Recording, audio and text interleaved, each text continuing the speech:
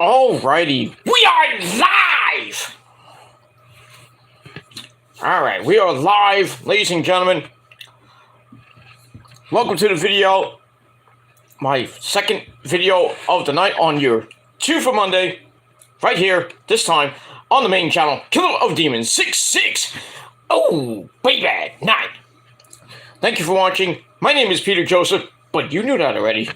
I think you did. But if you didn't, now you do. So, Peter Joseph here for another video. Make sure you like the video and subscribe right now to this channel and my other four, whether you like it or not, 4 main channels, which are down below in my pants, otherwise known as the description box below. And as always, find me on Facebook, follow me on Twitter and Instagram, share the video all over the goddamn internet. And don't forget to tap and slap that bell. Basically treat it like it's the Los Angeles Lakers. Sweep them bitches out, smack them around and sweep them out. Just like the Heat will do to the Celtics tomorrow. But I digress on that. But hit that bell, turn on all notifications so you don't miss a goddamn video. If you do, well, fuck you, man. That's pretty much it. You miss it, you miss it. That's pretty much it. So, that's it. So, like, share, subscribe to the video. Leave a comment if you want. Chat room is wide open like Rebby Sky's legs at a 24/7 7-Eleven. So, be respectful. If not, get the fuck out and go get a life. Or like Brock Lesnar said tonight, get a life, kid. Because most of you are kids. Because you're not men. Because you haven't dropped your balls yet. Because some of you have no balls. But I digress on that. And we move on with that. But we don't care about these insignificant people that really don't mean anything to us and waste of our time. Because that's what they are, waste of time. Because they have no direction and no future. So I could care less what they do anymore. Don't care. Because I would not be silenced and the prophecy will not be silenced ever. So, deal with it. Or face the consequences. That's what it is, and that's all. Alright, anyway. Alright, so that's that. This is your first time watching, you're floating around YouTube at 1:17 in the morning here in the Northeast or wherever you may be on this Monday night, late Monday night, May the 22nd, 2023, or if you're now watching on the replay, May the 23rd, 2023, as we are finishing off the final full week of May as we're rolling on to Memorial Day weekend, the unofficial start of summer. Got a big week this week in wrestling and sports as, well, one team is now in the NBA Finals, and that is the Denver Nuggets. I think for the first time in their, well, I don't know, first time in many years, the Denver Nuggets are in the NBA Finals, where they will probably meet the Miami Heat. So we're going to get a brand new champion this year, as long as the Heat don't, we got tomorrow night in Miami, Game 4 of the Eastern Conference Finals. The Heat are up 3-0 over those Celtics, who have been playing like shit. And we'll see what happens with that tomorrow night. I don't know what channel it's on. I hope it's on TBS or TNT so I can watch it. If not, it'll probably be on ESPN and nobody will care. But it is what it is. So, Celtics need to have a miracle right now. And I don't even think Jason Tatum and company are going to win 4 in a row over the Heat. Especially since the Heat are, undefeated when going up 2-0. So, now they're 3-0. So, yeah. If Boston can steal tomorrow and bring it back home in Boston on Thursday night, we'll see. I still think it might go 6, but it may end tomorrow night. But we'll see what happens with that. In hockey, I don't know what's going on in Florida, but I mean, you got two teams around going to the championship game. Florida won tonight, 1-0 over Carolina in Florida. So that series is up three. Florida, the Panthers up 3-0 over the Hurricanes. So Florida looks like it's going to the Stanley Cup Finals. I think for the first time in their franchise. And then who are they going to meet? Well, it might be the Las Vegas Golden Knights. So we'll see what happens with that. I think Las Vegas is up 2-0 going into Game 3 tomorrow. So we'll see what happens with that. So pretty much, I think Rampage is going to... it's supposedly a Saturday night at midnight, which is ridiculous. But I guess we're going to have to check our local listings to see when Rampage is on the air. And we'll have to see what happens with that. So we'll find out hopefully by Wednesday where Rampage might be and what time.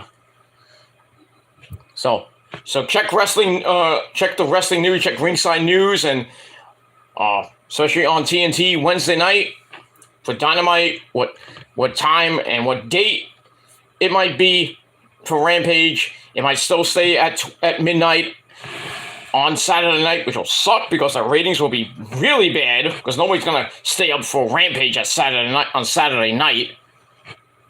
No way, no how. Well, some people.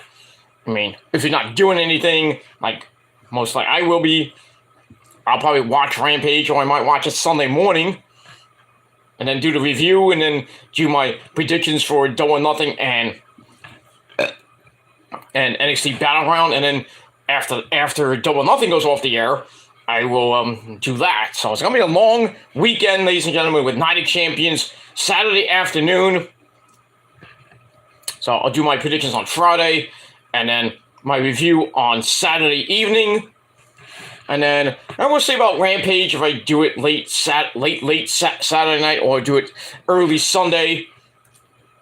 Probably Sunday afternoon sometime, and then I will do my I'll go live before Double or Nothing goes on the air for predictions for Double or Nothing and NXT Battleground, and then late Sunday night your Double or Nothing review right on the Peter Joseph channel, and NXT Battleground will be Monday afternoon. Monday morning, maybe early Monday afternoon, Memorial Day. So I'll get that up and done, and then I'm going out for Memorial Day, and then I will do your Monday Night Raw review for Memorial Day next week when Raw goes over the air. Well, after that, we'll see what happens with that. Anyway, so we move on with that. All right, hope everybody had a great day, and if not, well, that's too bad for you. And that's it. So we move on. All right, ladies and gentlemen, at 1:23 in the morning, it is time for your late night Monday Night Raw review for May the 22nd, 2023, from the Giant.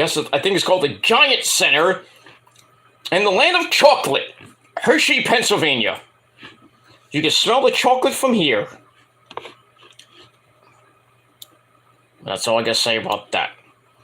And we will move on. Just give me a second. Okay, we're gonna go. We're ready to go. All right, so tonight's episode of Monday Night Bore, your 3-hour cure for insomnia, came your way from Hershey, Pennsylvania. As always, our commentary team of Kevin Patrick Milov and Corey Slave. And this is the go-home show before Night of Champions on Saturday afternoon. And as always, for go-home shows, especially for Raw lately, it was not that great. It's kind of boring at times, but I mean, they opened up very strong, and then the ending was kind of, interesting, impressive. But we got all that. So if you want to talk about Raw, chat room's wide open. If not, keep it moving and go to bed. Kids. Time for bed, kids. Get a life, kids. Time for bed. That's pretty much it. Alright.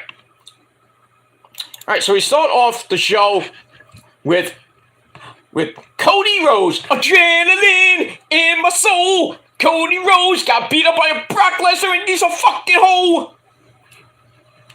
Anyway, so we see Cody coming into the arena, and Brock and Cody are going to be in the same building at the same goddamn time. So Cody comes in, and then he gets blindsided by Brock Lesnar, who basically destroys him in the back. Brock's taunting Cody, beating him up in the backstage area, throwing him into various equipment, all around into the gate and everything, and then Cody's arms are like this on the gate, and Brock picks up what looked like a beer thing, or I don't know what it was, and he basically threw it at Cody's arm, smashed it to pieces. Cody's screaming like a bitch in pain. Cody, arm go break. Cody, arm go break. So basically, Brock went amok, beat the fuck out of Cody, and that's it. So Cody's arm is, if it's not broken now, it will be broken later as we move on with this show. We have like 4 segments with Cody and Brock. We got one with Brock later, and then Cody comes out like an asshole. And what happens? Got beat up again. Then we see Cody in the back getting, in the trainer's room, and then Brock comes out. Cody comes out thinking he's indestructible. He's like, I'm gonna fight him with one arm. I'm not hurt. Oh, there goes my arm. As we see later on, and then we see another segment with Cody's in the trainer's room. He starts yelling at Adam Pearce. I'm not hurt. I don't need a doctor. I don't need no help. I'm Cody Rhodes. Blah, blah, blah, blah, blah, blah. And then we saw at the end with Cody and Hunter. Interesting what happened at the end. And if you noticed at the end when Hunter left, didn't Cody look like a little bit worried? Cody knows he's going to get his ass handed to him at Night of Champions. Even if, he's like, well, I'll fight Brock with one arm. Yeah, and get squashed. Because I think they're taking this as a squash match. Brock's going to beat him in like 2-3 minutes, tops.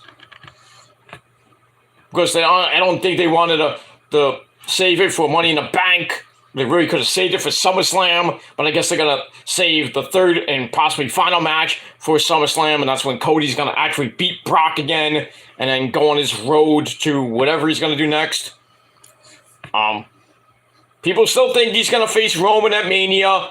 Highly doubt it, because there's reports saying that Cody and Walter may be facing off at WrestleMania 40, excuse me. I don't know for the IC title, but we'll have to see about that. But both want to work together, and if things go right, we'll see that match at WrestleMania. Possibly for World Heavyweight Championship or Intercontinental Championship. We'll have to see what happens with that when we get there. We're a long way away. But those are some rumored plans for Cody and Walter going into WrestleMania 40. So there you go. All right, so I gave the first segment 3.25 out of 5. So it's red hot start to Monday Night Raw. And then after that, we go right to the ring with a special appearance from the Wise Man. My name is Paul Heyman. And he gets on the mic and says, I had nothing to do with just what we just saw. Yeah, right. Don't fool us, Paul. Come on. Come on. Like Roman would say, come on. You were responsible. Come on. You're still the advocate. Come on. But anyway, it was just an example of what Cody has coming at Night of Champions. Paul says last week's appearance was so well received, he was brought back. What a great way to give the fans what we want. Let's have Paul Heyman back again. It's always good to hear from the wise man. So Heyman touts not one, not two, but three main events at the show. Most likely headlined by Roman, of course. It's Roman. On his 1,000th day as champion, you have to put him in the main event in Saudi Arabia. Gotta get that blood money.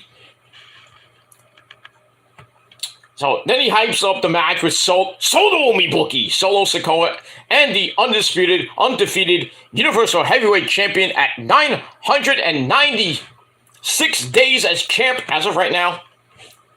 Roman Reigns. And the undisputed WWE Tag Team belts as they face Jericho, Kevin Owens, and Sami Zayn, while the Usos will be watching at home on TV. Or so we think they might. But we'll see. Heyman goes on and welcomes us to Monday Night Raw. So we got that. Then we hear the music of Kevin Owens and Sami Zayn, and which kind of shocked Paul, and Paul runs out of Dodge really quick. He's a wise man, doesn't want to get hurt. Blah blah blah. Samantha Irvin does the introductions. Probably one of the best female announcers in the business right now. It is what it is. She does pretty damn good ring announcing, along with Alicia Taylor in NXT. But I mean, not as great as Lillian Garcia or even Mike McGurk or JoJo. But, right now, Samantha Irvin and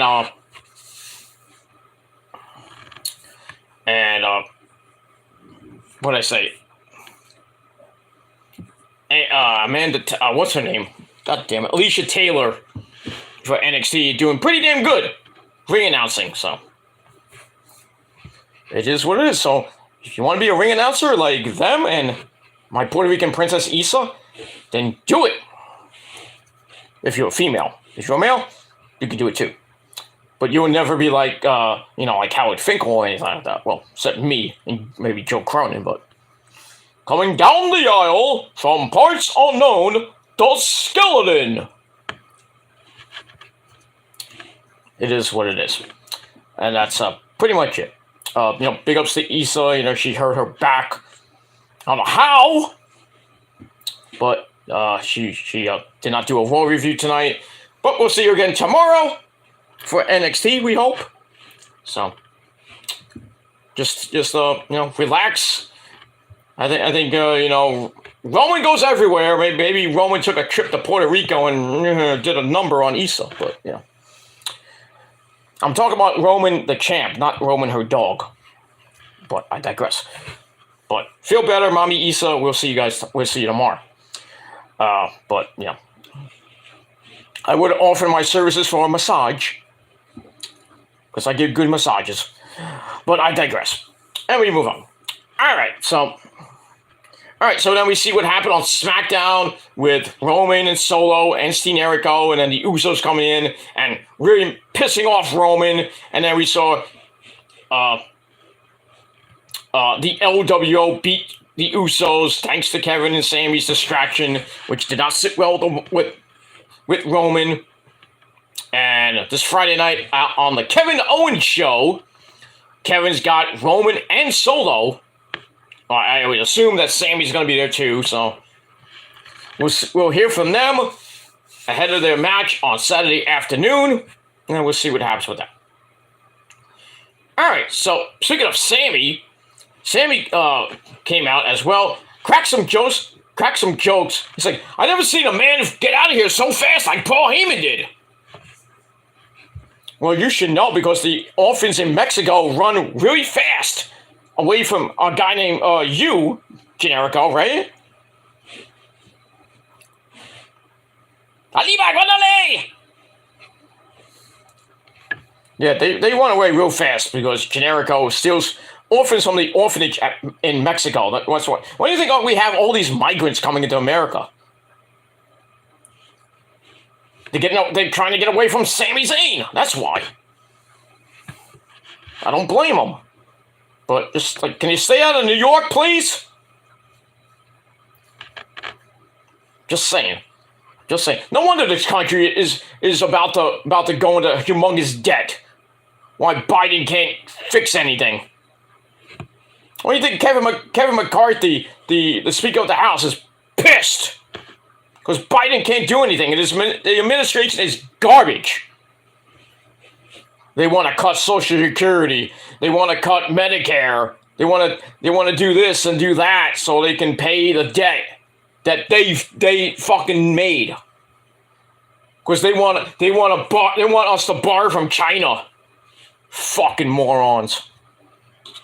I can't wait till Biden is gone. I can't wait. I have to wait another freaking year. But God forbid you cut Social Security. Oh boy, people are going to be pissed. They're pissed off now. And people on Medicare. And you want to cut food stamps for people? Get the fuck out of here, dude. How are people going to eat? They're low-income families. How are they going to eat?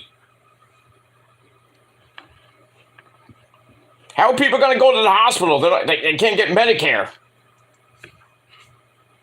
People 65, 50, 60 years old. How are they gonna, pay for their house that they're living at, or their health insurance? How are they gonna pay that if they don't have Social Security? This country is so fucked up. So fucked up. They picked the wrong guy in 2020. Picked the wrong guy because he cheated. And he knows it. He knows it. Trump should have been president by now. Finishing off his second term. But no, we got a douchebag pedophile named Joe Biden. Who can't even finish a thought. What we're gonna do here? What? What, Joe? Can you finish here? What? Wake up, Joe! Joe Biden, I think, has dementia. He's got something. Because there's no way that this country can be so fucked up.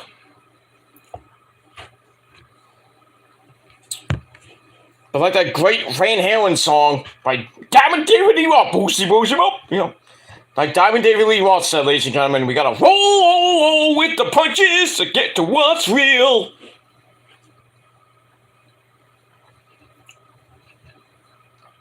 It is what it is. We gotta go through it with this schmuck and a bitch in office until next year. So please, for the love of God, vote Trump next year, please. I mean, DeSantis might have a shot, but it's a long shot for DeSantis to beat Trump. Long shot. But if he doesn't win next year, I guarantee he will win in 2028. He will run in 2028. He will, oh boy. But let's just hope that as we get into 2024, the country will be better. And then when Biden gets beat by Mr. Trump, that's all I gotta say about that. The country will be way better going into 2025 and beyond. And that's pretty much it. That's it. So get ready. Change is coming. Hopefully. Everyone. All right. So anyway, where was I? All right. So Sammy cracks jokes at Paul. How he left so quick. So Sammy and Kevin feel really good going into Saturday's title defense. You should, because you're about to lose. We pray for Roman 4 belts on Saturday. Anyway, Sammy has said all he has to say. He's like, Kevin, you got something to say? Yeah, give Kevin the floor when you womp for about 5 minutes. So Kev brings up how Roman dedicated the upcoming win to WWE Hall of Famers, the Wild Samoans, Afa and Sika. So Kev's like, well, I was inspired, so I'm gonna dedicate our win to the true pillars of the bloodline, the Usos. Really, Kev? Really? The pillars of the bloodline? Right. Roman is the only pillar. Plus the wise man. So Roman and the wise man are the pillars of the bloodline. Just saying. Just saying. So Sam's like, oh, that's pretty good, Kev. But that's then. Tonight, we're in a 6-man tag team match against Imperium. And speaking of, Imperium comes out with Ludwig Kaiser, Marcel Bartel, Fabian Aichner, and the Intercontinental Champion, the man that can't be stopped right now, and that is Walter. So they come out, and they're about to kind of surround the ring Shield style. They're about to do what the Shield does, attack them 3-on-1, 3-on-2. And then Matt Riddle comes out, bro. He comes out and stands with the champs to even the odds as Imperium leaves and about to go to the back, but then they turn around, they rush the ring, we have a big old brawl, and Owens, Sammy, and Riddle take him out. Riddle with a big knee that stuns Walter, and then Kevin and Sammy try to clothesline Walter to the floor, but I think he kind of either botched it, trying to go over, but then on the second try, they just lifted him, whoop, threw him out. And that's it, and the two teams stare at each other to end the segment. So there we go. I was thinking it was going to be Ali joining up with Kevin and Sammy, but, you know, Riddle was still around, but who gives a shit about Riddle, though? Yeah, that's all I got to say about that. All right, so I gave that segment 3 out of 5 stars. And we move on. All right, we don't go to commercial yet because we go to our first official match of the night. Ricochet taking on Bronson Reed. Now, this stems from the Battle Royal last week to see who would face Walter at Night of Champions, which somehow Ali won. Anyway, even though anyone who would have won that would have been the sacrificial lamb of Walter. But anyway, we move on. All right, and then we get Ricochet's introduction by his hot girlfriend Samantha Irvin. Then we finally go to our first commercial break. We come back. Before we get to the match, we see Cody rolling around in pain like a little bitch. Well, Brock looked down on him, so we get a recap of what happened in the early segment. And then we see Byron Foxton, that idiot, outside of the trainer's room, trying to get an update on Cody. Adam Pearce comes out, but he has no update on Cody. So he's about to leave, and Byron asks him about a rumor that Cody broke his arm. A rumor? No, his arm is broken there, Byron. Rumor. You could tell his arm was broken after Brock threw that beer keg at him. Come on now. Come on, Byron. You're supposed to be a journalist. You're an idiot. I can do a better job than you in my sleep. Come on now. But anyway, Adam says he has no new information. So then he leaves. That was a waste. Anyway, we go back to the ring. Bronson comes out. We get a pre-recorded promo where he basically blamed last week's Battle Royal loss on Ricochet and warned him that there will be, that actions have consequences. Just true. All right, so we get to the match. Match wasn't anything to write home about. Ricochet tries to use his speed to evade the larger, fat Bronson Reed. Ricochet hits the knee on Bronson, but he's still standing. They go back and forth, and then Ricochet stuns Bronson once again, but runs into a big splash. Then a sit-down splash. Then a cannonball. Sends Ricochet out to kind of figure out what to do. Bronson goes to the apron. Nails a big splash to Ricochet from the apron to the floor. Ow. As we go to commercial, we come back. And Ricochet fights out of a vertical suplex. And goes for the cover, gets a near fall out of that. Then, not one, but two neck breakers over the top rope. And Ricochet's cooking, he flies off the top, but keeps running after a duck. No, that sounded wrong, right? Anyway, he hits a super kick on Bronson, not once, not twice, a few times, which really did nothing. Then he hits a standing shooting star press to knock the big man down. Then another big shot from the apron for a near fall. Bronson takes the strikes and drops Ricochet with one mighty blow. Then he sends Ricochet to the floor, flies with a cannonball, but Ricochet meets him in mid-air with a big knee. That was crazy. Brings it back in. Ricochet nails a big kick, goes to springboard, but Bronson clubs him to the mat. And basically that was it. Bronson beat the crap out of him as Dex Ricochet manhandles him in the corner, destroys him. Hits a big move. Then he drags him over to the turnbuckle. Goes up top, hits the tsunami. 1, 2, 3. Bronson Reed gets the win. That's pretty much it. And we move on. So I gave the match 2.5 out of 5 stars. After the match, Bronson just stands over Ricochet, talks some shit. And that's pretty much it. That's that. Let's move on. All right, we go to the back for our next segment with Kathy Kelly and her guest, Apollo Crews, who we finally see. So Apollo's all happy, is excited to be on Monday Night Raw and fighting again on Monday Night Raw.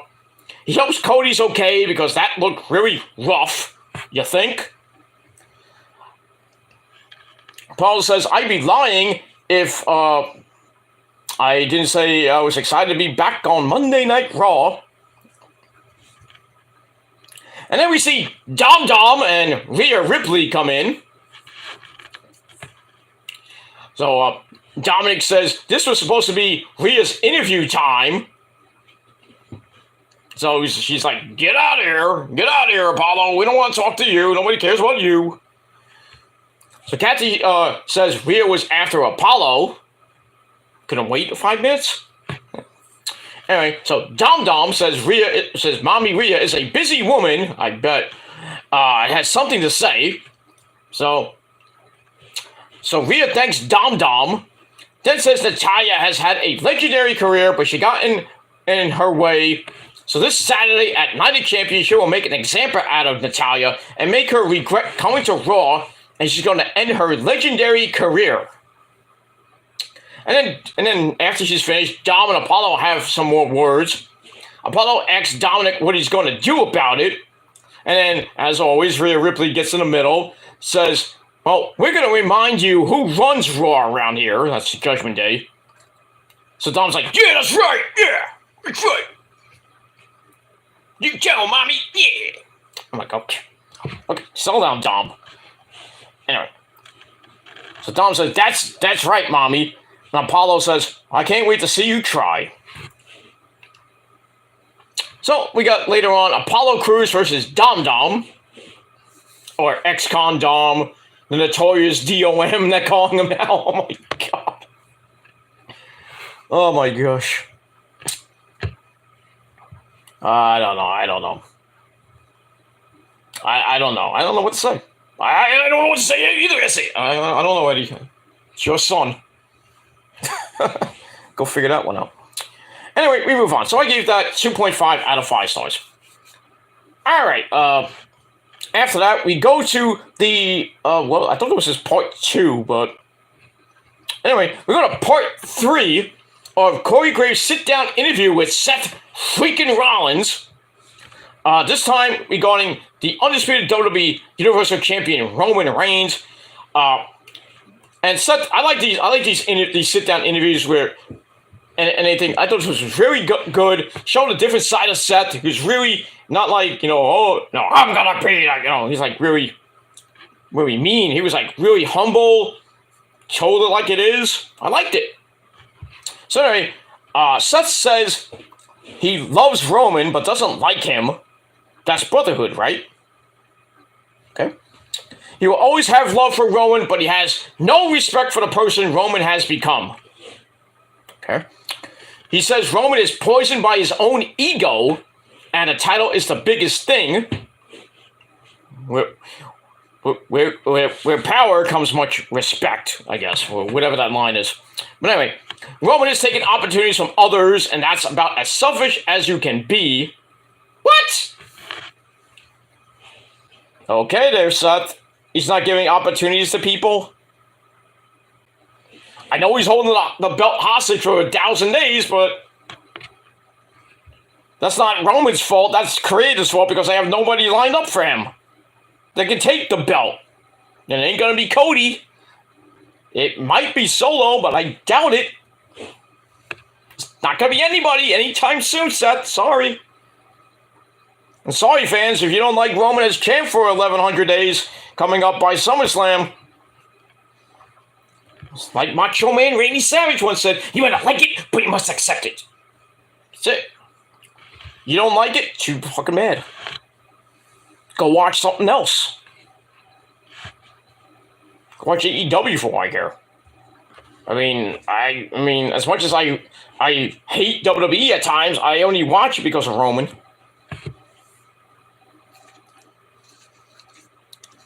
And no, I don't like Roman because of Issa. No. I started liking Roman after he came out with the leukemia thing. That whole thing. Changed my perspective about the man. And I apologize for, what I said back in the day where he was getting rammed down on the throat like Cena. I was like, oh, kill this guy already. This guy is, kill his character. It's getting boring. And I got ridiculed for it. And I apologized after the whole leukemia story. And then from there on, I respected Roman. So from basically, when did he cut that promo? 2017, 2018, I think. So about 5, maybe 6 years, I've been a Roman Reigns fan. I like Joe Anoa'i. I like him. I like Roman. It's not because of Issa.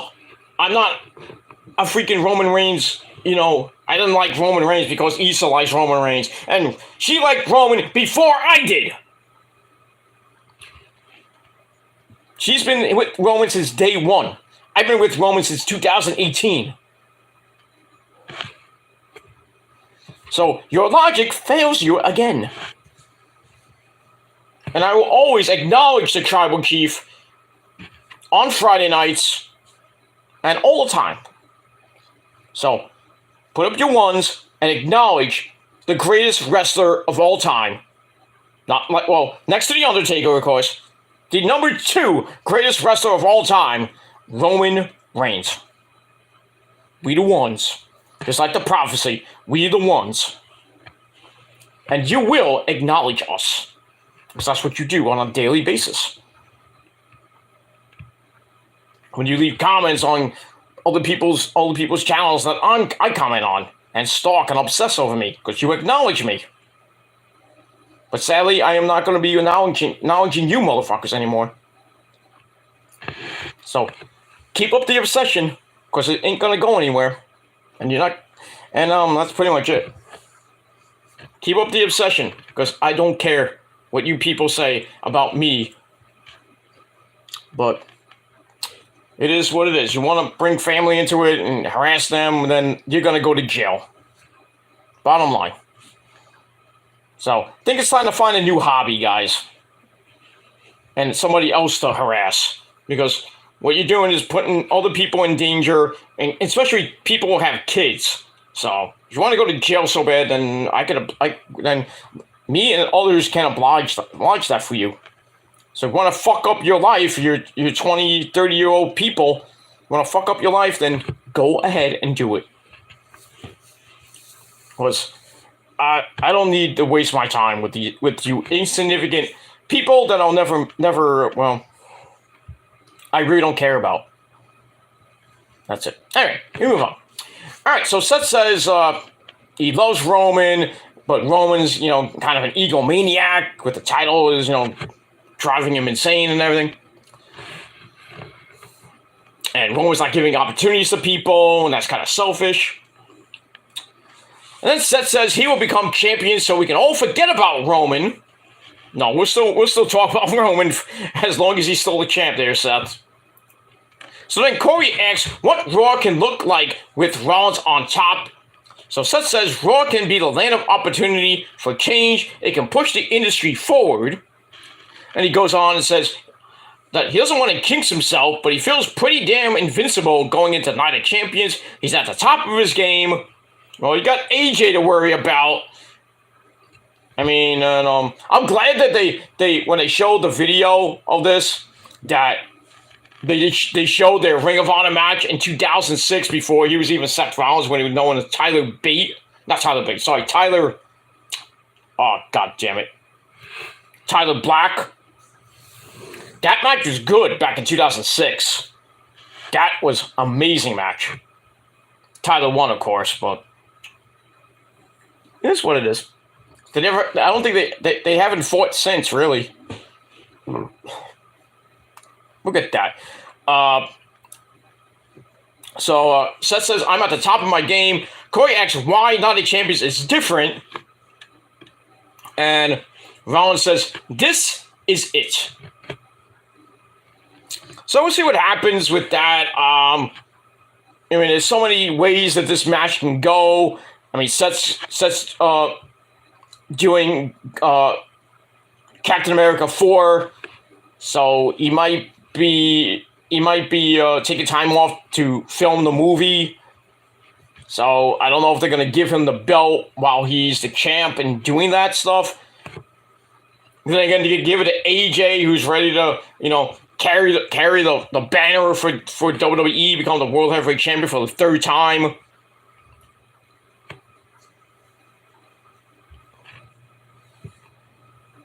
We'll see. I got Seth to win, but I can't count. I don't love, but I mean, I like both guys. Both guys are great, but I mean, Seth wins. Great, he's another inaugural winner of a belt, like when he won the Universal title way back when. And you put him in a lot of good feuds on Raw. AJ the same thing. But would you rather have AJ on SmackDown and have SmackDown with 3 belts, 3 world champions? I don't know if they're going to do that, but if they make AJ win, then I would assume they're either going to trade AJ and the club back to Raw, or Raw has no world champion. I don't know how it's going to work, but I think the logical choice is Seth Rollins is going to pick up the victory. But I'm going to have to see what happens on Saturday. So this was a great interview, part 3, and I gave it 3.25 out of 5 stars. We do get part 4 coming up later. And that's that. All right, after that, we get some footage of Shinsuke Nakamura having words with Papa Priest, Damian Priest, and Fiend Balor on Raw Talk last week. Then we cut to live action. Byron approaches Finn and Priest, and Finn says, before we get to that, Damian starts yelling at Byron in Spanish, I think calling him a pendejo. That's what he is. Damian would fuck him up. He should have done it too. If you need a new, backstage interviewer, Hunter, give me a call, my friend. Give me a DM. I'm ready. I'm ready for Hunter, Steph, hi Steph, or Nick Khan, man, or even Tony Khan, man, to give me, I'm ready, dude. I'm, get me a plane ticket. I'm down there, dude. I'll go to Jacksonville, Florida. I'll go to Universal Studios, Florida. I'll do Ring of Honor tapings. I know the next set of tapings starts June 4th. So, Tony Khan, help a brother out, man. But I digress. Anyway, Finn says Shinsuke cost Damien a shot in the tournament, and he disrespected Papa Priest, which is disrespecting the other members of the Judgment Day, and Shinsuke's not giving a fuck. Balor says he will make Nakamura pay and leave just enough of him for Papa Priest to pick apart. So we'll see what happens with that. So later on, we got Shinsuke Nakamura and Finn Balor. Gonna be epic. I think it's the first time since really 2014 that Shinsuke and Finn Balor have faced off one-on-one. And the last time they fought was in New Japan, and that match was epic. That's all I gotta say about that. That was before Finn went to WWE. And then later, a couple years later, Shinsuke arrived. But their match in 2014, I don't know if it was at Wrestle Kingdom. I forgot what event that was at, but that match was freaking epic. That's all I gotta say. Move on. Alright, so I gave that 2.5 out of 5 stars. Alright, back to action we go to the women. We got Zoe Stark taking on Candice LeRae. Candice makes her way to the ring. We go to commercial. We come back. We get a little video vignette on Zoe, which I thought was pretty nice. Basically, she says that she's here to tear down all your idols and expose their weaknesses. The era of heroes is over, and the Zoe Stark era is here and will begin. Okay. That. Get to the match. Match didn't really last that long. Zoe basically beat the crap out of Candice for a little bit. Candice then came around and got some moves in. Nikki Cross ran down like a crazy bitch that she is and starts rallying for Candice. So she makes a comeback, not much of a comeback. Nikki then runs over to celebrate with them after a big backsplash to the floor by Candice, and then she runs over to celebrate with Candice, and Zoe, for some odd reason, she's cuckoo. And then Zoe decks Nikki and then takes control. She throws Candice back in, picks her up, hits the Z360 in the middle of the ring. Bing, bang, boom. Good night, Candice. So Zoe Stark is your winner and remains undefeated on Raw. Match I gave 2.25 out of 5 stars. That's pretty much it. And that's it. Alright. Alright, after that, Kevin Patrick Love and Corey Graves tout how John Cena is currently in Fast and the Furious 10, which is number 1 at the box office. Obviously. Even though John Wick 4 has hit $1 million worldwide and has an amazing soundtrack with a great song by a band you might know, In This Moment. Speaking of In This Moment, big news on In This Moment front. I'm proud to report that the production for the new masterpiece that's called, there's no title yet, but it's tentatively titled ITM 8, the follow-up to Mother. Production is done, and in 2 weeks, they got the first single from the album. They're gonna be filming the music video for that. Don't know the name of it yet. So I can't get that inside information. I do work in music, but I can't get that type of information because they're kind of keeping it hush-hush right now. But They're gonna be filming the music video for the first single off ITM 8, and the only thing I can tell you about this album, it is going to be heavy as fuck. Thank you. They from what Maria said on Access TV, she did a little interview the other day. She said that this album is going to be heavier than blood. Ho ho! Not as heavy as Beautiful Tragedy, I don't think, but heavier than blood sounds. Ho ho ho! Gonna make your ears bleed. Severely make your ears bleed. And maybe your ass. You're gonna be popping blood vessels out everywhere. You're gonna be bleeding out, you know? Shit. I can't wait. I cannot wait. This summer is going to be amazing for music. Lots of stuff coming out. And this most new record coming out. New Year's Day's new album is basically done. Doesn't have a release date yet. But that's coming out pretty soon. I can't wait for that. There's a couple other albums coming out this summer. And the summer concerts series is going to be freaking epic. And this Moment's going on tour pretty soon. New Year's Day is going on tour pretty soon. Hopefully they come to New York. I mean, I did tell Ash to come to New York, so hopefully they get it. And I will be doing VIP. But we'll see.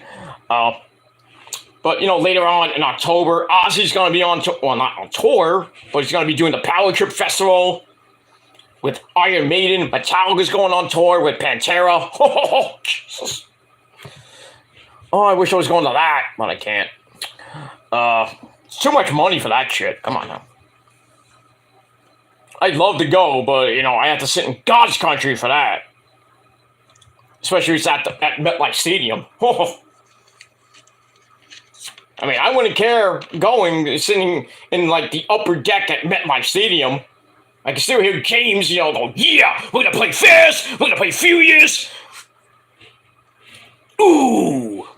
You know, and Laura's somewhere playing drums. Oh, what's up there, dudes? I just want you to know we're gonna play so hard tonight. We're gonna be dripping mucus out your nose. It's gonna be disgusting. Ooh. Ain't that right, James? Yeah.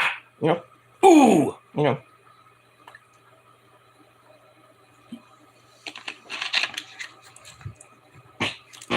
That too. That was it, man. I had fun singing "Fuel" with my good friend Monty from Dirty Mother Nation. We sang the hell out of "Fuel" by Metallica. Metallica. We rocked the house Saturday night. We rocked the house. It is what it is. Made money that night too. That's my job. My job was I was doing audio and video. So, what did you do Saturday night? Oh, that's right. You were jerking off to me. So that's what you do. It's time to hop off. Hop off the big, the big down there. But you love my milk and you love my cookies. I mean, and my, you love everything. But I'm not giving it out to you motherfuckers anymore. But stay obsessed and keep projecting with your lies and all your bullshit. That's all I got to say about that. All right, so they touted how John Cena is number one at the box office with Fast and Furious 10. Well, Bautista is in Guardians of the Galaxy 3, which is number 2 at the box office. It is what it is. Guardians of the Galaxy 3 is a pretty good movie. Not great, but that franchise is done. Fast and Furious 10, I heard a rumor that it's supposed to be like a trilogy. So we're going to get Fast 11, Fast 12, and I think Fast 12 is supposed to be the last one in the franchise. So, it is what it is. And, spoiler alert, there is some Easter eggs at the end. Oops. Oops. So if you want to hear what happens in the movie and what happens after the movie, then don't watch this video. But you will. And then you're gonna go, oh crap. But I mean, it is what it is. That's that. So, but it's a good movie. It's not great, but it's good. Good to see Chris. Speaking of Chris, congratulations to Chris, who got his Hollywood star, a star on the Hollywood Walk of Fame this past weekend. That's pretty damn good for a man like Chris. Cadillac grills, Cadillac spills, Cadillac bills. Look up my Cadillac spills. Rolled out. Move, bitch. Get out the way. Get out the way, bitch. Get out the way. I like Ludacris. I mean, how can you not like him? He's a good rapper. Chicken and waffles. I got hoes in different area codes.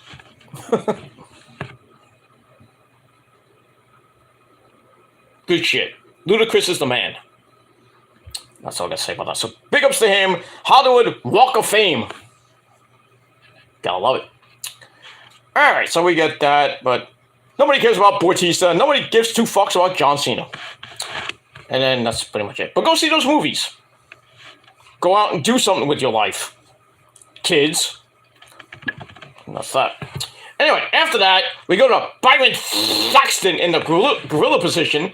He's with Mustafa Ali, the man who is going to die in his home country of Saudi Arabia against Walter for the Intercontinental title. Which Byron asked him about the match. Ali's at a loss of words. He says, I'm going to put my positive gimmick on hold tonight. He says, I know Byron is looking for his usual, I don't know what's going to happen. But this is way too real for him. I've never been this way before. I have always, every time I get a title, I got an opportunity at a title, I lose. He says, we dreaming about this since he was a kid, doing something great, becoming a champion. But if you look at his career, it's not that great. He's been a failure over and over and over again. He says, no one thinks he can beat Walter and become the champ. And before he can finish saying that, Brock Lesnar comes in, pushes the cameraman away. He's like, get out of here, cameraman. Walks through gorilla position like he owns the place. Pushes Ali out of the way. Then he turns to him and says, get a life, kid. And if you saw my community post, that's what I tell these insignificant people that need a life. Get a life, kid. Because you're not men. You're kids. To do childish kid things. Grow up. Seriously, grow up. For the love of God, grow up. Because you'll never be men. Because you're dealing with real men around here. Real men. But it is what it is. Alright, so I gave that 2.25 out of 5 stars. And then Brock goes out to the ring. And he's all business right now, as he always is. Fans are chanting for Cody. So Lesnar's like, Hershey, Pennsylvania. What do you want to talk about? So Brock says he would boo Cody as well. Well, who would cheer for Cody? Sorry, Alfred. Mark that you are for Cody. Come on. That's why you got humbled at WrestleMania. You had to pay Issa for her dinner, which you never did. Bastard. Anyway, he says, unfortunately, Cody won't be coming back out tonight, and he's not going to be facing me at Night of Champions, but don't worry, I won't let you down. So he issues an open challenge for anyone in the back to fight him at Night of Champions, and he says, all you got to do is step up. So Lesnar waits, and waits, and waits, and then Cody comes out with his arm in a sling, and Adam Pearce and referees are like, don't go out there, Cody! Don't go out there! And Cody, being a dumb fuck, heads to the ring, takes off his shirt, with one hand. He's not really hurt. And they stare at each other for a while. And then Lesnar turns around. And he charges at Cody. The fight is on. And basically, Brock beat the fuck out of him again. Pushed him in the corner. Then he locks in a Kimura lock. And he's screaming, "Fight! Come on, Cody, fight me!" And Cody's trying to get out of it. And Pierce is like, "Stop it! Stop it!" And Brock's like, "Argh, argh." His eyes are like getting white. "Argh, argh, argh, Cody, I'm gonna break your arm, Cody." And that's what he did. Snapped his arm in two like a freaking twig. Then for added measure, he stomps on the bad broken arm even more. As the fans were booing, even though we did have some "thank you, Brock" chants.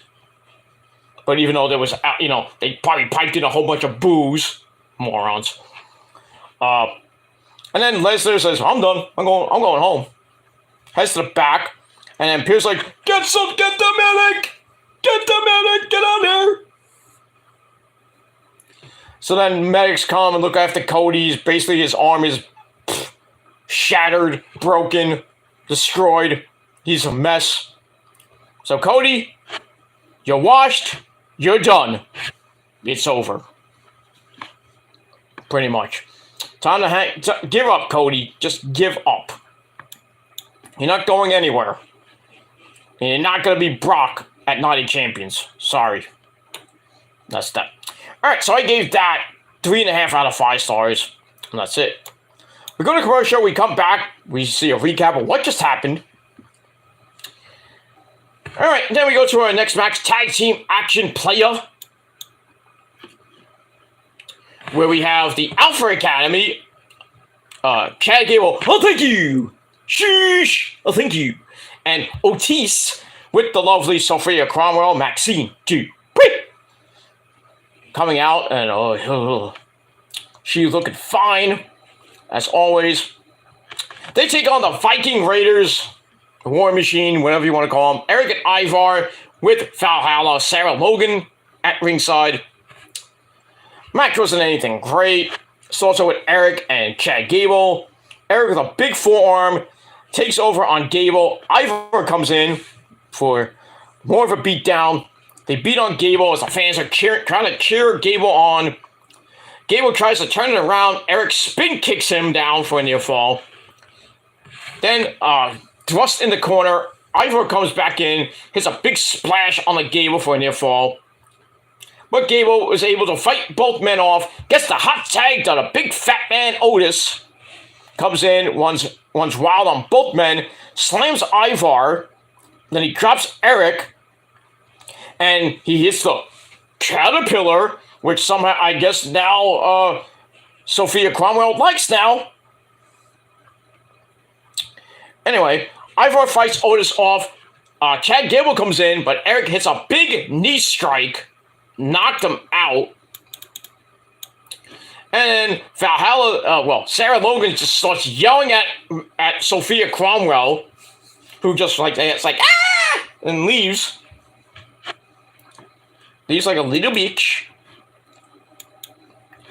So that distraction allowed Gable to hit the O'Connor roll and bridge. The O'Connor roll with a bridge. 1, 2, 3. Shockingly, Alpha Academy get the win over War Machine. But match wasn't anything great, so I gave it 2.25 out of 5 stars. After the match, Chad Gable and Otis and Sophia Cromwell, they'll celebrate, while Eric, Ivar, and Sarah Logan are pissed in the ring. Oh well. The utter destruction of War Machine continues. I think it's time to get rid of them. Send them to Impact. Don't know, they wouldn't. I don't even. If they go to AEW, I think Tony would just mold them back to War Machine, and we'll get Raymond Rowe and what's the other guy's name? I forgot the other. It was Rowan Harp. I think it was Rowan Harper. I think it was not Rowan. I forget what it was. Just bring it back as War Machine. That's all I gotta say about that. Here we go. All right, then we go to your match of the night, ladies and gentlemen. Shinsuke Nakamura against Fiend Balor with Papa Priest at ringside. So before the match, as always, we had a stupid promo. We get a video of Indus Shear. We had Veer Mahan, who now changed his name back to Veer Mahan, not Veer anymore. So Veer Mahan and Sangha are there in a smoky room with Jinder My Balls, who says, last week was the first day of the end for many on Monday Night Raw. Veer and Sangha are forces of nature. Thunder is crashing, the storm is here. We're going to hear Lightning Crashes by Live. Lightning crashes and old mother dies. Her placenta falls to the floor. Love that song. I love Live. I love that song. It's a great song. I like Pain Lies on the Riverside better than, Lightning Crashes. And I Alone, but it's just me. Anyway, so he's like, what happens next? Well, Jinder says something about Raw in Punjabi. Would you like a squishy? That's that. Then after that, Byron Saxton is waiting backstage once again to get a comment from Cody. But Adam Pearce comes in, and we hear Cody and Adam arguing. Like Cody's like, "I'm not hurt. I'm not hurt." So the door opens. Cody starts yelling at Pearce even more. Says, "Get out of here!" Send him on his merry way. And that's it. So all that, I gave 2.25 out of 5 stars. And then we go back and we start the match off with a back and forth for a few minutes between Shinsuke and Finn. Finn turns it around in the corner. Nakamura kicks him down, but Finn blocks a kick. Nakamura hits a running high knee in the corner, sends Balor to the floor. Nakamura with a sliding drop kick. Then they end up fighting in the ropes. Finn backs away to argue with the referee, which allows Papa Priest to attack from the floor. Lays Nakamura out with a cheap shot. As we go to break, we come back. Nakamura fights out of a hold. Balor puts him right back down. But Shinsuke catches a kick, goes to work on Balor. Balor as the fans start getting excited for Nakamura. Nakamura hits the sliding German suplex of doom. And then Papa Priest starts staring at Shinsuke on the floor. Shinsuke yells at him, tells him to come on! Then he shows him up, runs back in, drops Balor with a big kick for a near fall. Then he hits a face buster, then some knee strikes to the head.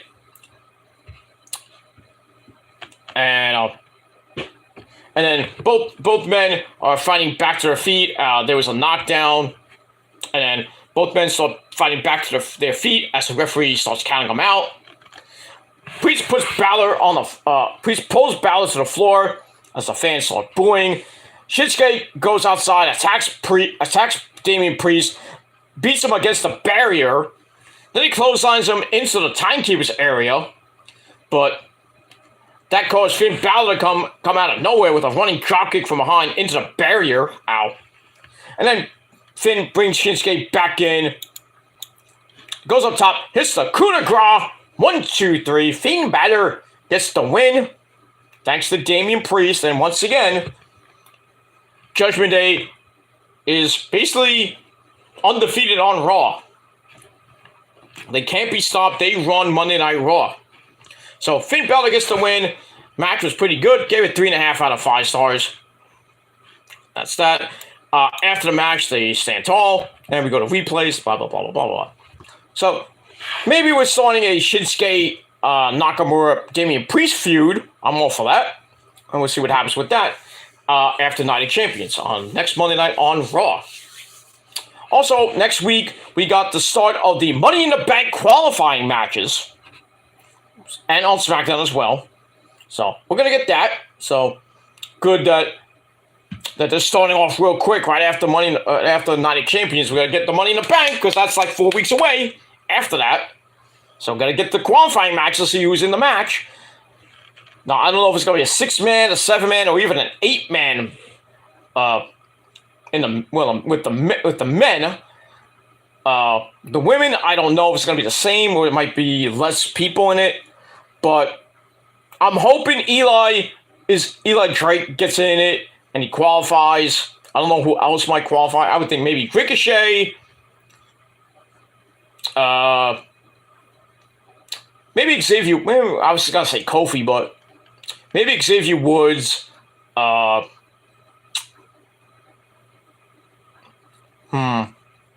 Well, AJ can't be in it, so we'll see. I mean, we'll see what happens. I think Eli will get in. Maybe Cameron Grimes will get in. We'll see. Boston Reed might get in. People saying Edge. Yeah. I don't want Edge being Money in the Bank. Come on now. But all in all, if they go with what was originally planned, and they have Eli Drake win the Money in the Bank, I am all for that. I will mark the fuck out. On the women's side, they better give it to Io. Io has to qualify. Has to. I think Bayley might qualify as well. Should try to screw Io. She better not. I mean, if they don't give it to Io, who really would win it? I don't think anybody would care who wins it, really, if it's not Io. But so I would think Io is gonna get the Money in the Bank, and she's probably gonna try to cash in on Bianca. I would think Bianca. I would love to see Io and Rhea Ripley, but I just don't know if Io can beat. I know she can, but I don't think she will cash in on Rhea Ripley. I think she will cash in on Bianca, probably at SummerSlam, or maybe at that night. You never know. I really think that Io can do it. She will win Money in the Bank and become the new Raw Women's Champion. I think she will. She will turn, and then she will start her program with Bayley because Bayley will get all jealous, and then they'll have their match. I hope Io does not lose the belt to Bayley because I'd like to have Io with a long reign because I really want to see Io versus Asuka for the belt. That would be hilarious. The promos would be epic. So please, Hunter, give me what I want, Hunter. Please, Io versus Asuka at SummerSlam or at Clash of the Castle or whenever. In October, at Survivor Series, I don't care. At the Royal Rumble, I don't care when. Maybe go all the way to WrestleMania. That's what I would do.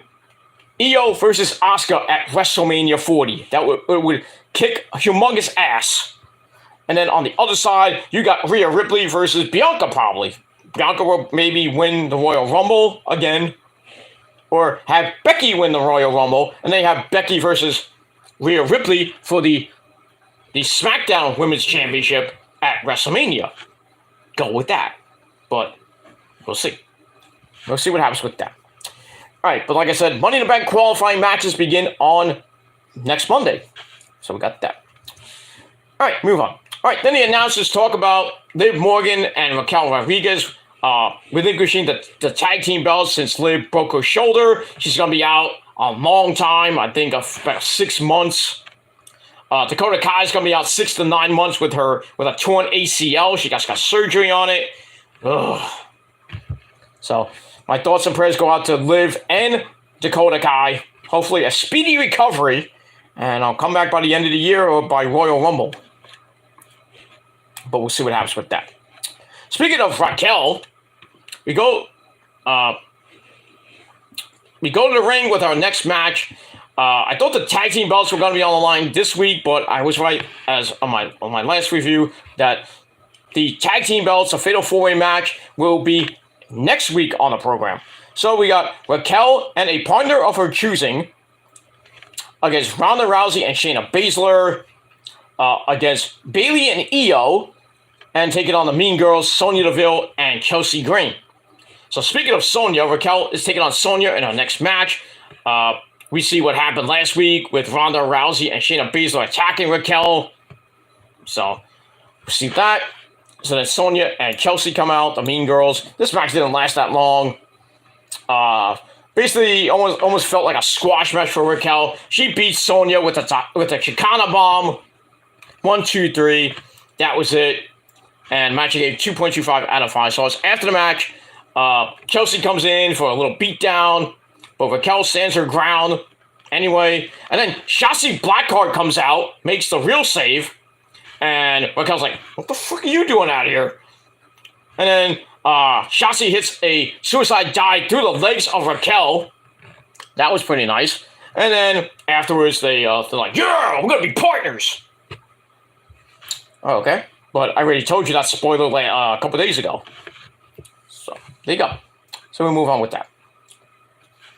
So, it was an match, and Raquel got the win. Now she is going to be teaming with Shotzi on next Monday night for the vacant tag team belts. And we move on. Alright, then we go to Adam Pearce, who's on the phone with somebody. We never know who he's talking to. Everybody is on the phone. We don't know who they're talking to sometimes. Except like Hunter, when Hunter's usually on the phone, he's like talking to Steph, who he's talking to, Vince or something like that. We never know who half of these people talk to on the phone sometimes. But anyway, Adam Pearce on the phone, and then he's told Cody Rhodes is blocking people for entering the locker room, meaning medical staff. So it's like, I don't want anybody's help. Leave me alone. I'm pissed. Okay.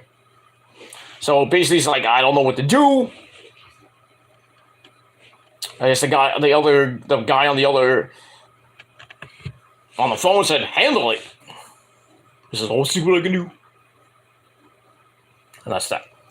All right, so I gave that 2.25 out of 5 stars. It's not over yet. I'm sorry.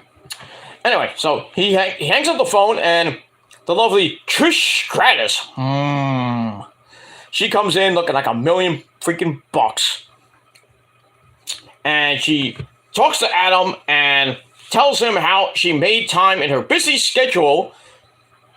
Yeah, how busy are you there, Trish?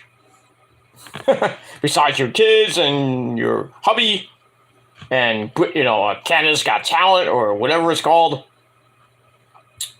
Thinking about me, it is what she made her time in a busy schedule for the contract signing between her and Becky. She says Becky is feisty. Oh, yeah. So they need a no-touch rule for the contract signing. Well, that's going to work. So Adam says a lot is going on tonight. He doesn't see the need for a no-touch policy. So he says, thank you, Trish. I gotta go. So Trish's like, God damn it. So we get that. So I give that 2.25 out of 5 stars. All right. After the break, we get a new vignette for Matt Riddle. Basically, he's training. He's working out. He's been in the ring with monsters and men who are bigger and faster than he is. So what is there to be afraid of? Riddle says he laughs in the face of adversity. I spit in the face of people who don't want to be cool. He says, this is his time, and if you doubt him, that's a mistake you can't afford. Okay. So we get that. I gave that 2 out of 5 stars because I didn't really give 2 shits about it.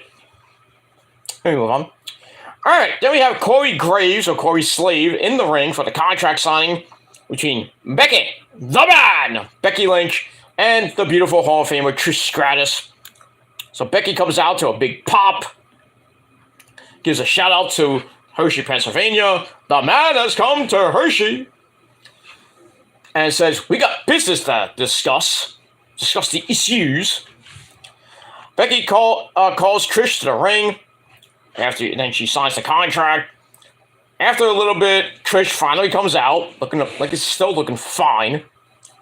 And Trish sits down and says, this is a big moment for me. This is my first contract signing. And I'm thinking, wait, did she have one before? Maybe we missed it. I don't know. So Trish says this must be nothing to Becky, as she's had so many contract signings, all thanks to Trish. We get the what chance from the stupid crowd. Discussing how she changed the game and then left. Trish goes on about how she will be it when she beats Becky. What is it? Is it? Oh, sorry. No, I'm not gonna sing Fate no more now. She wonders if Becky will crawl into a deep, dark pit and go through her stuff again. Trish goes on and says, I figured you out, Becky. I know your weaknesses. And basically says, Becky, you're your own worst problem.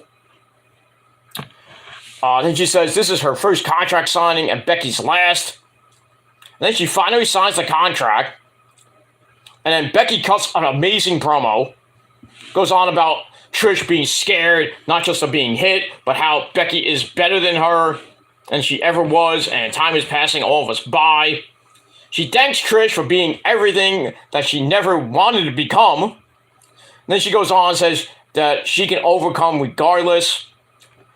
Says if Trish started barking like a dog back in the Attitude Era when Vince basically humiliated her, even though Trish liked it at the end. I'll do anything for you, Mr. McMahon. That's right, you're gonna suck my grapefruits. Pretty much. She says, Trish, if barking like a dog was embarrassing, just wait and see what happens on Night of Champions. And he says, welcome to the big time, bitch. Woof, woof. And then starts taunting Trish, like, come on, fight me. And Trish is pissed. She flips over the table, and then she leaves as Becky looks on. So we got that, and we move on with that. So I think Trish is going to win. I have a feeling Trish is going to win. They should have saved this from SummerSlam, not at Champions. But this is WWE booking. It's fantastic. But we move on. All right, so I gave that segment 2.5 out of 5 stars. That's it. All right, then we see Adam Pearce again on the phone again. Tells the other person how Cody is refusing medical attention. He's not going to talk to anyone, like I mentioned before. So we get that. Then we go to Apollo Crews versus Dominic Mysterio, Dominic Guerrero, essay, whatever. Mommy Rhea Ripley at ringside. But as always, we get to a break before the match. We come back. Byron Saxton stops Shotzi and Raquel in the back. They talk about having respect for each other. Then they agree to team up for SmackDown. Oh, we're going to get them on SmackDown. Yay! And then the Fatal 4-Way match next week on Raw. And that's it. So I give that 2.25 out of 5 stars. And that's that. Then we go to the ring. Apollo Crews comes out. Match starts. Apollo with shoulders early on. He blocks a counter by Dom. Hits a long vertical delayed suplex.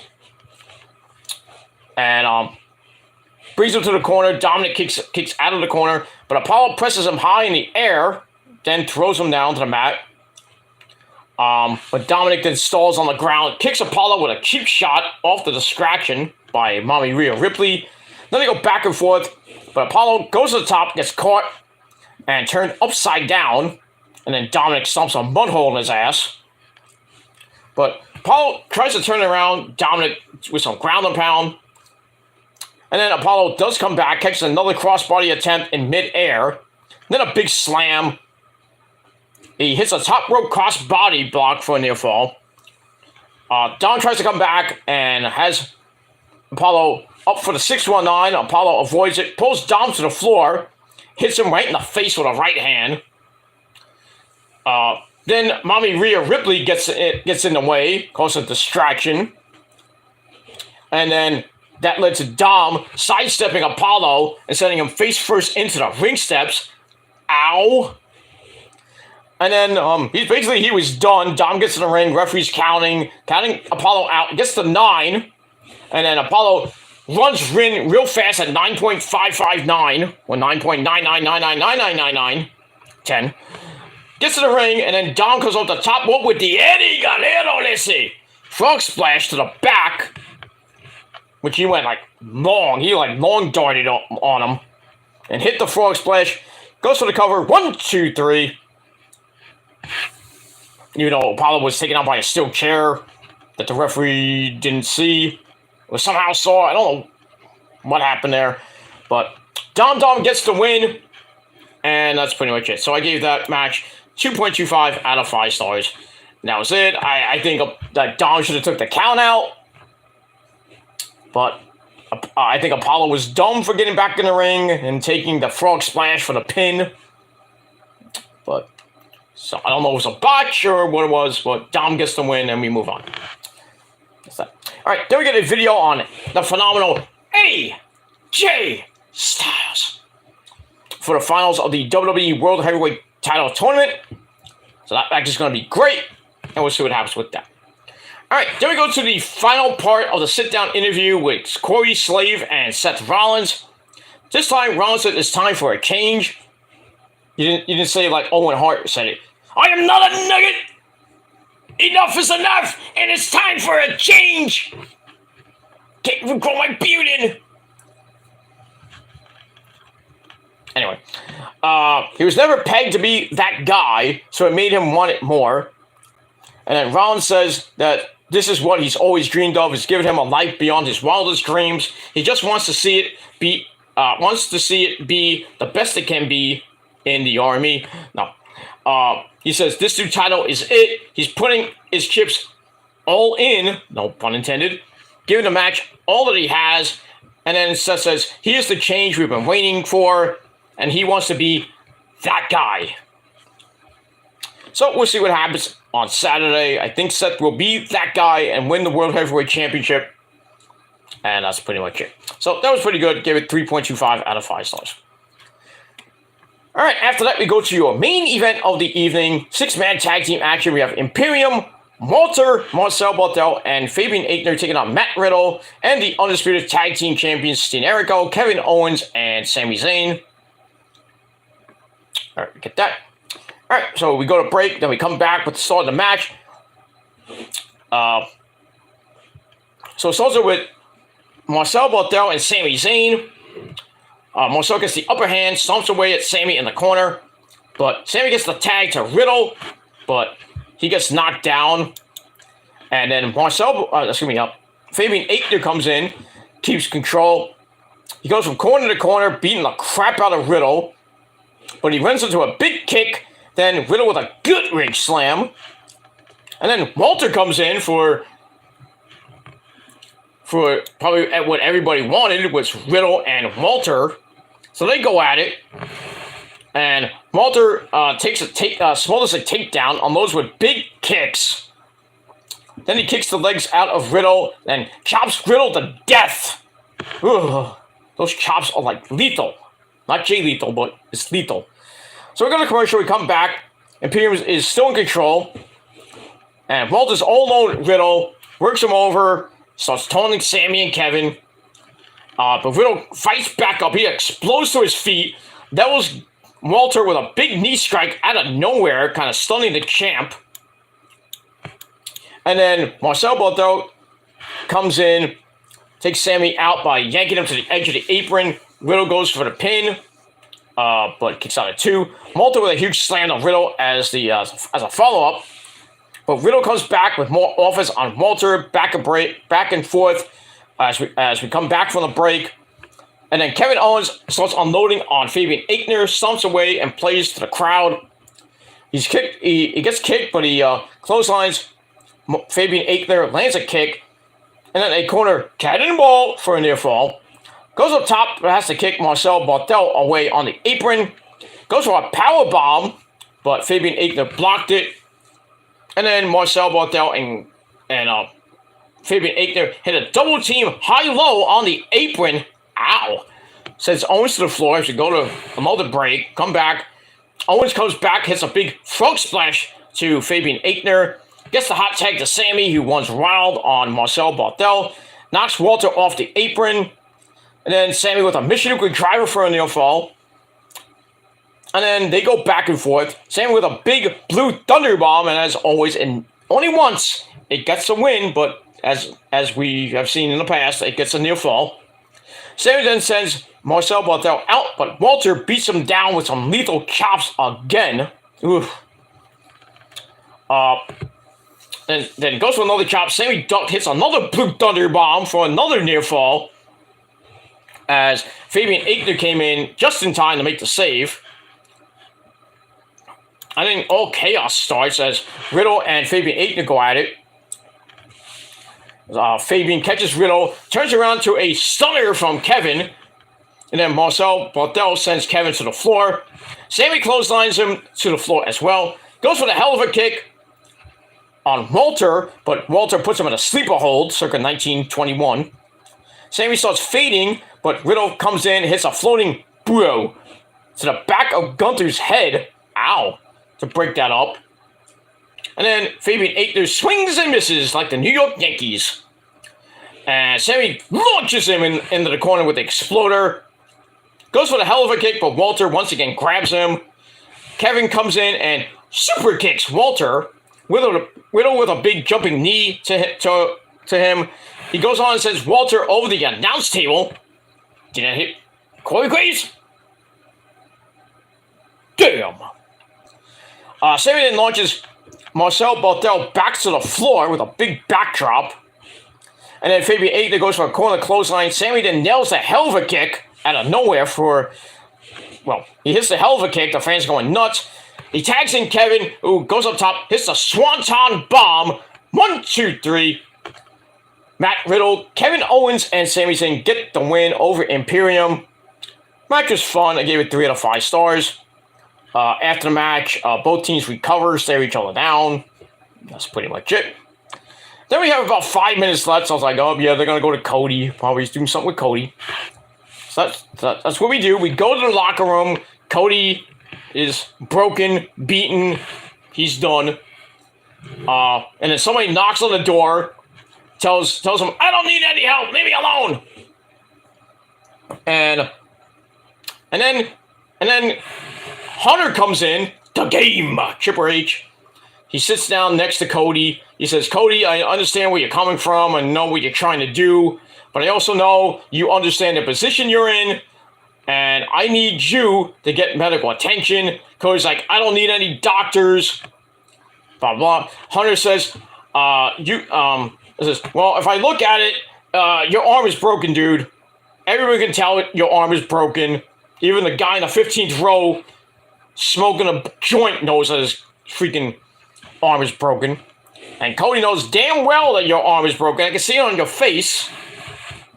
So Hunter says, no one is questioning how tough you are. And he says, I can't let you go to Night of Champions to wrestle Brock with a broken arm. Cody's not happy about it. Triple H said that he's afraid of Brock. And then Cody's like, what do I gotta be afraid of? Says, my legs work fine. I can make it back back to the ring. I fought with a torn pec. Blah blah blah. So Triple H mentions that you wrestle with a torn pec. I've never seen it before in my life. Says no one questions how tough you are, but this is different than a torn pec. He brings up the year that Cody was on the shelf. Cody admits it was a horrible year, but says it would have been much worse if he was a complete coward and a shell of himself who didn't go on and fight. So then Cody asks Hunter, what would you have done? And he tells Hunter, he says, you would have fought, because that's what the game does. And then he says he's going to Night of Champions regardless, and he's going to fight Brock Lesnar. The fans go nuts. Cody sits back down, and then Triple H, who was standing, then he sits back down with him. So he has a big smirk on his face, pats Cody on the leg. He says, all right, I'm going to go now. Then he pats Cody on the back, and that's it. He walks off, and then Cody kind of looks nervous. He's like, He kind of had a weird face, weird look on his face as we end Monday Night Raw. So we'll see what happens with that. So I gave that segment 3.25 out of 5 stars. So it was a good ending. So it kind of made you think, like, hey, can Cody do it again? I don't think he is. I think Brock is going to annihilate him. The rumors of a squash match. So, I mean, this match might last 2, 3, maybe 4 minutes tops. I think Brock is just going to wipe the floor with him. I think he might lock in the Kimura lock again and really do a number on Cody's arm. And then Cody's going to be out till basically SummerSlam. Because I don't think there's any way that Cody's going to be fighting in Money in the Bank qualifying matches. I don't think he should. But, I mean, we'll see. But what I would do is do it like an injury angle. Brock really fucks his arm up in a match. Cody is all fucked up. It's going to take him like basically 2 months to recover. And probably after Money in the Bank, Cody comes back and he challenges Brock to one more match at SummerSlam, maybe with maybe a stipulation this time because there's no stipulation on Saturday, which there should be. So maybe it'd be like no DQ, or maybe a cage, or if Cody's that stupid, which he is, he'll fight Brock like an MMA style fight pit match or something like that. I think that'd be a bad idea, but I would think no holds barred or no DQ, or maybe a cage at SummerSlam to put the feud to bed. And I think Cody will win the feud and then go on to do whatever he's going to do from September to the end of the year. But I still think that he's not going to win the Royal Rumble again. He's not going to face Roman for the belt. I think they already have somebody for Roman at Mania, which could be Solo. I don't know. It's not going to be The Rock unless something happens between now and March. But I think they might be going all the way up to Solo. People want a 3-on-1. I'm like, you crazy? So I'm thinking WrestleMania is going to be Roman's big test. Well, he had one with Cody. He passed that test. I think the ultimate test is see if he can beat Solo, who people saying, oh, Solo, like Roman's afraid of Solo, this and that. And he knows Roman, kind of like, I'm out of here. I don't want to fight Solo. So they're kind of planting the seeds that Solo is going to go on a monster run, maybe win the Royal Rumble, and then eventually the demise of the Bloodline storyline continues, and Roman's by himself. He beats Jimmy and Jay in the process, and then Solo's all by himself. He's like, I can beat you. I know I can. You're afraid of me. And Roman's like, I don't care if I'm afraid of you. I'm going to smash, stack, pin you, and I'm going to still be your Universal Champion for like 1,300 days. 1,200, 1,300, whatever it's going to be up by WrestleMania. But, I mean, we'll have to see what happens with that. But I think, Cody's not going to be the guy. I think Cody and Walter will be a great match at WrestleMania, either for the Intercontinental title or maybe the World Heavyweight Championship. If Cody gets it, let's say, but we don't know. I don't know what they're going to be doing with the World Heavyweight Championship. Whoever wins it, I hope it's Seth, but, we'll see. I'd like to see Seth and Cody kind of finish their story, even though he beat him 3 times. But now Cody has something to fight for this time, and that's the World Heavyweight Championship. I don't want him to beat him for a 4th time. I'd rather have Seth go on a long reign, then lose to somebody like Walter, or maybe lose to Brock. I don't know. He's going to lose to somebody on Raw, but it's not going to be Cody. It probably will be Walter, but we'll see what happens with that. All right, so that ends Monday Night Raw, and I gave Raw, it was a mediocre show. It wasn't bad, but still, I gave it 6.25 out of 5 stars for that, for the 6.25 out of 10 stars for the show, and that's all I got to say about that. So that's it. Thank you for watching, and have a great rest of your night. I'm out of here. Peter Joseph signing off. Peace out. Rock on and rock on with your cookout. And if you're not down with that, that's just too goddamn bad because you're SOL and you know what that means. And also, you're still not down with that. I got 3 more words for you. Fuck you, man. That's it. Thanks for watching, everybody. I'll be back tomorrow with your NXT review on the Peter Joseph channel. Check out my CM Punk lawsuit video because he's getting sued by AEW if he doesn't go back to work. So, more trouble in AEW land with CM Punk being a bitch. So that's pretty much it. All right, I'm out of here. Thanks for watching. Peter Joseph signing off. Peace. And I'll see you next time.